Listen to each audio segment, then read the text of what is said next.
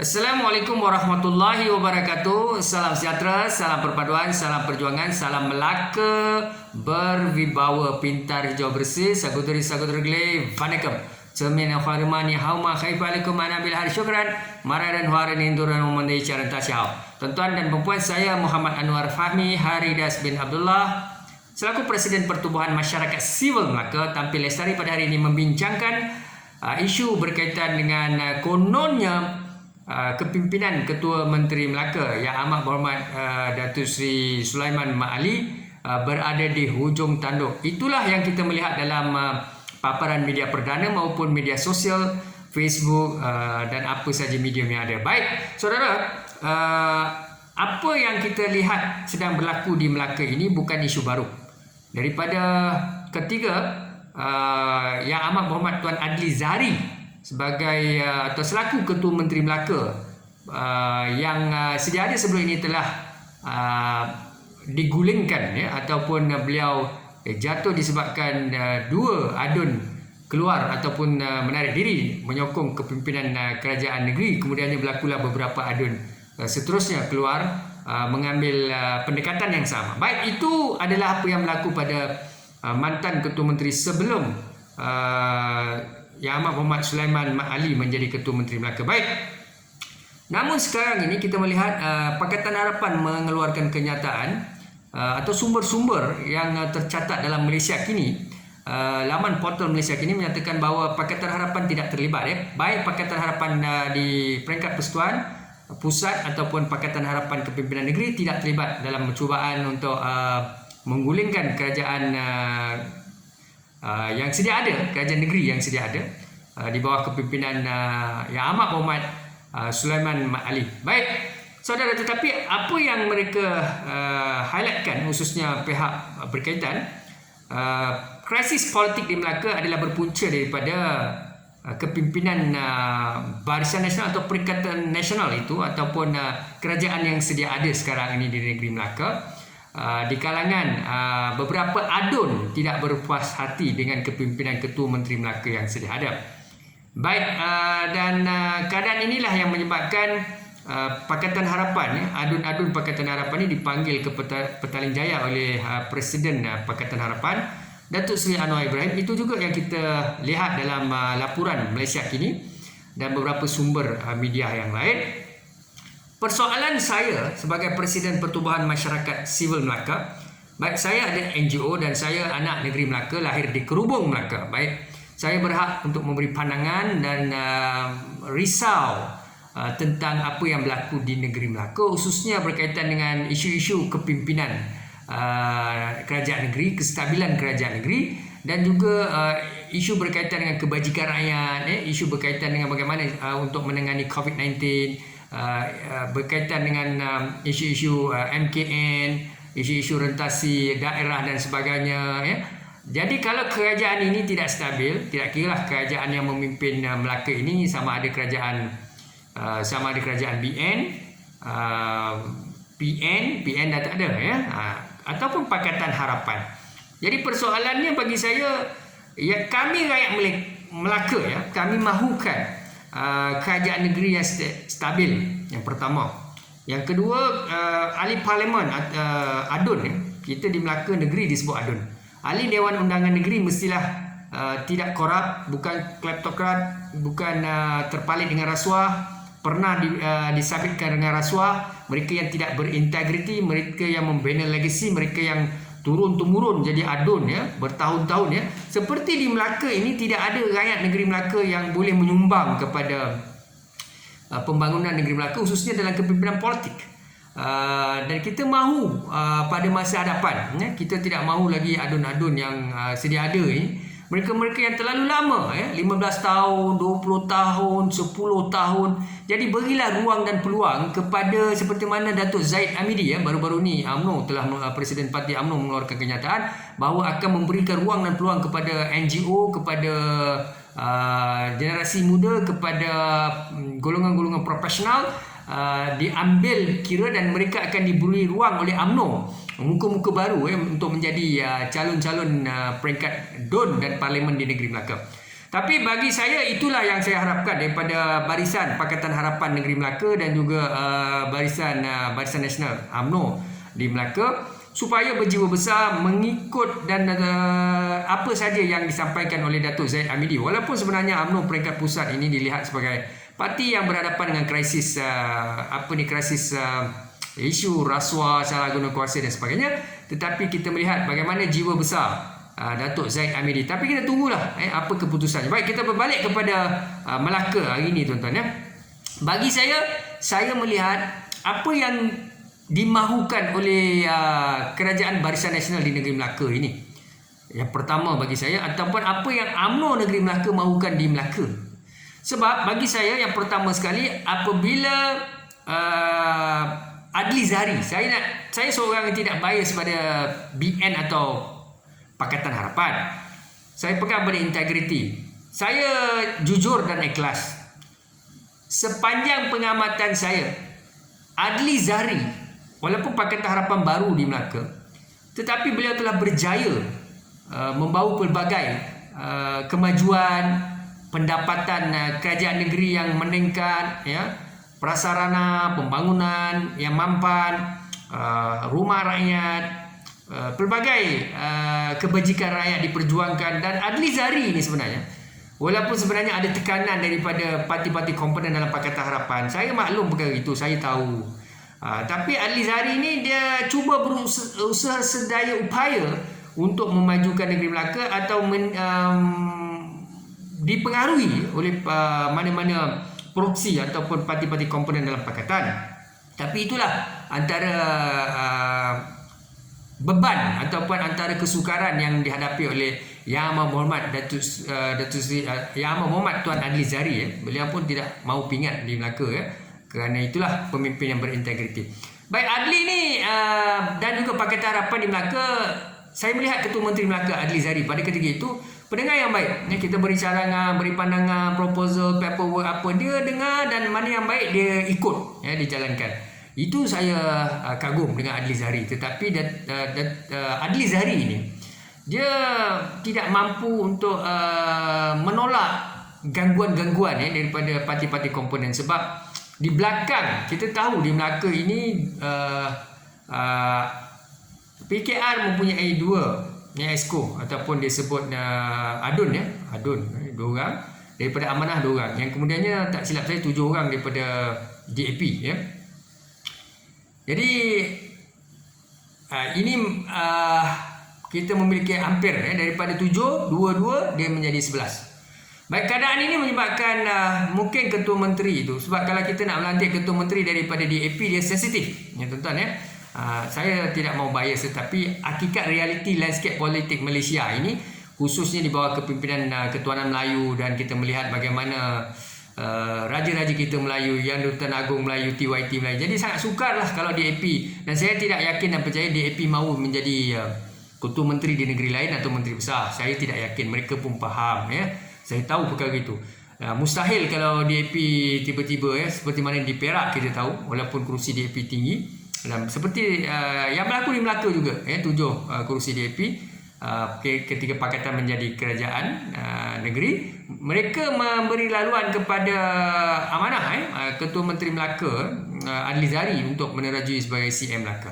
Itulah keadaan di Melaka dan negeri-negeri yang dikuasai oleh kepimpinan Melayu ya, legasi Melayu atau Ketuanan Melayu. Baik, kita pun ada kita sebut undang-undang tubuh negeri ya. Baik, saudara, dalam keadaan sekarang saya tidak mahu di negeri Melaka ini akan wujud adun anak emas ya. Adun anak emas, Teluk Emas Melaka ni adalah ya. Tetapi saya tidak mahu adun anak emas ini, tidak kira lah daripada mana-mana parti ya, khususnya Barisan Nasional atau UMNO.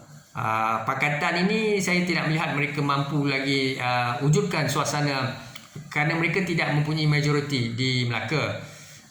Kerana 17 adun menyokong Ketua Menteri Melaka yang sedia ada, Sulaiman Mat Ali.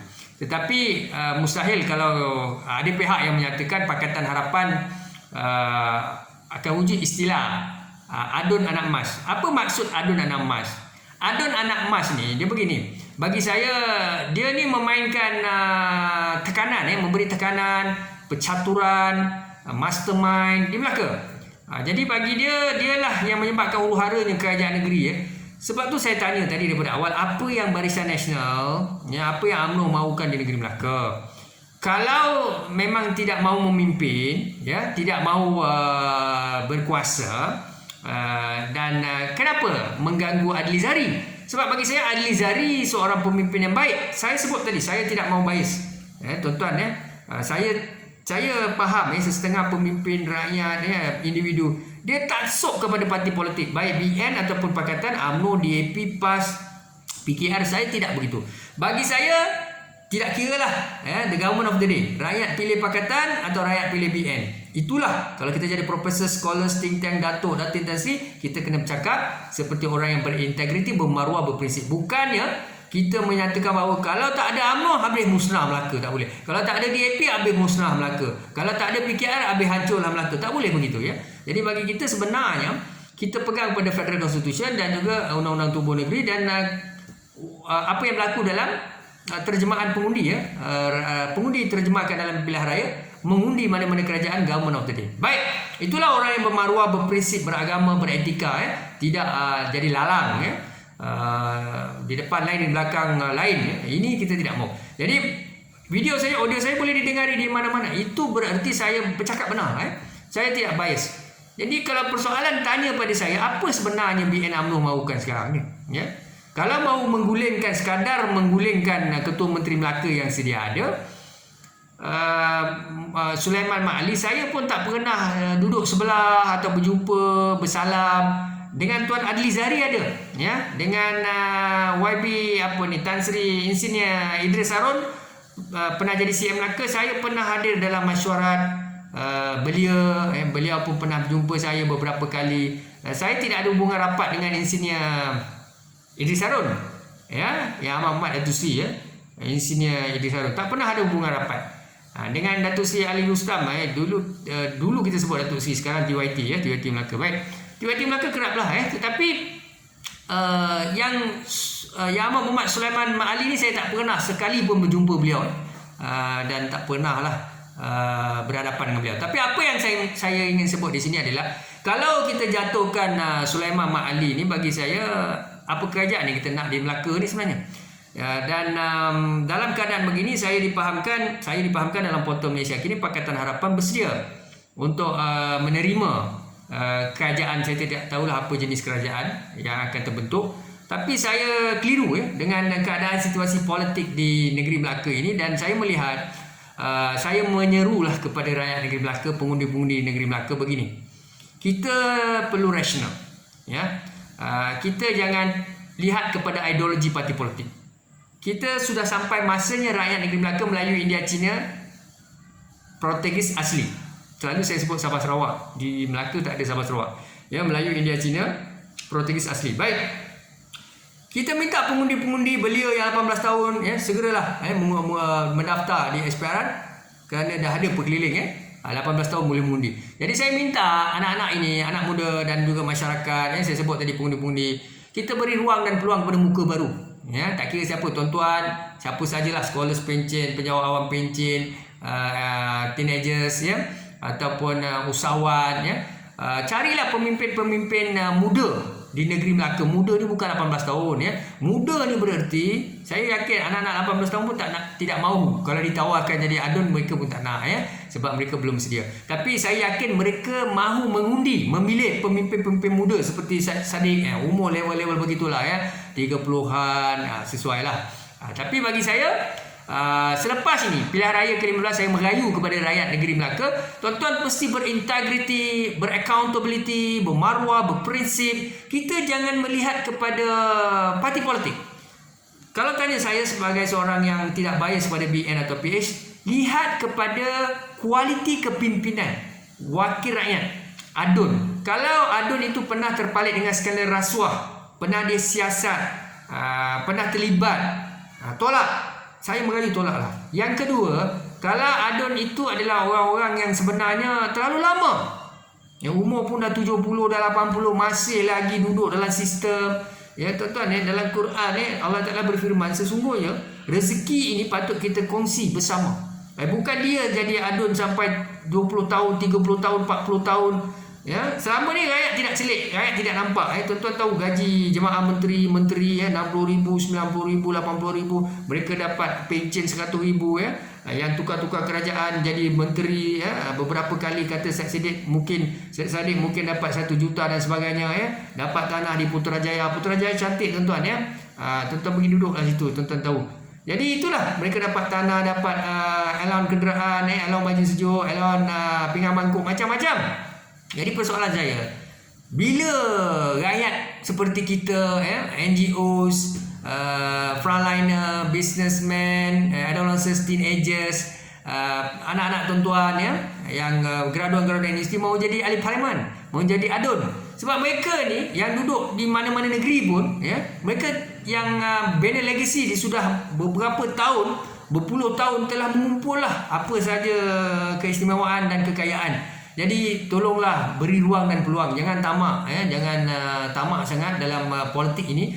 Tuan-tuan perlu beri muka baru, bukan untuk muka baru ni naik menjadi seperti mana yang tuan-tuan kumpul harta bina legasi ya. Tuan-tuan bertahun-tahun jadi YB, ada driver, ada allowance ya, ada pengiktirafan, ada pingat. Jadi rakyat seperti kami bagaimana? Kami mempunyai idealisme, blueprint, dasawarsa kami boleh menyumbang, kami boleh membangunkan negeri Melaka ini, khususnya negeri Melaka dan negara Malaysia secara umumnya.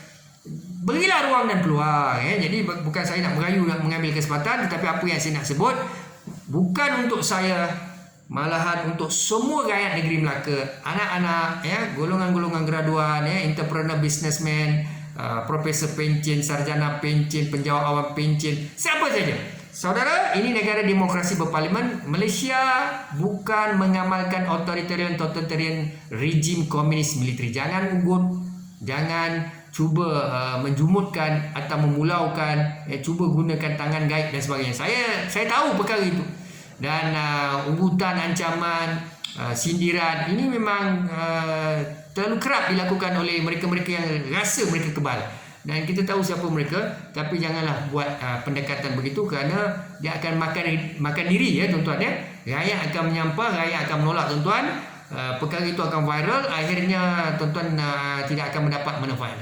Jadi bagi saya, dalam sistem demokrasi, kesuburan demokrasi, media baru, kesuburan demokrasi di dalam media baru ya, kita dapati sekarang ni banyak pihak memberi pandangan yang baik lah ya. Jangan mengasut jangan timbulkan isu perkauman, agama. Yang penting kalau cerita keresahan, saya risau lah sebagai anak negeri Melaka, kita risau. Jadi bagi saya sudah tanya apa yang UMNO BN mahu di Melaka sebenarnya ya.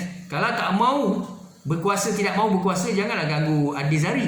Dah cantik lah tu, bagilah dia 1 term. Kita melihat apa Pakatan boleh buat. Tetapi itulah, dah rampas. Sekarang ni buat hal dengan Sulaiman Mat Ali. Saya tak pernah rapat dengan CM Sulaiman Mat Ali ni. Saya tak pernah rapat. Saya tak pernah duduk dengan beliau. Tapi bagi saya tidak faham mengapa mau jatuhkan beliau. Tapi kalau rasa beliau tidak ada kualiti, tidak boleh memimpin, tunggulah pilihan raya akan datang. Kalau tuan-tuan nak ambil tindakan sekarang, nak bentuk kerajaan baru, tak ada masalah. Tidak ada kesalahan di situ. Tapi bagi saya, rakyat keliru ya. Kenapa jatuhkan Adli Zari? Tiba-tiba sekarang dalam BN UMNO itu dikatakan ada masalah. Bila tanya tuan-tuan balik, bila pihak-pihak berkaitan bertanya kepada pihak UMNO atau Barisan Nasional, kemudiannya jawapan yang diterima adalah tidak ada, semuanya in order, semuanya bagus, perfect, tidak ada siapa bergaduh, itu semua adalah fitnah, itu semua saja gempar-gempur. Ini dah berapa kali ya.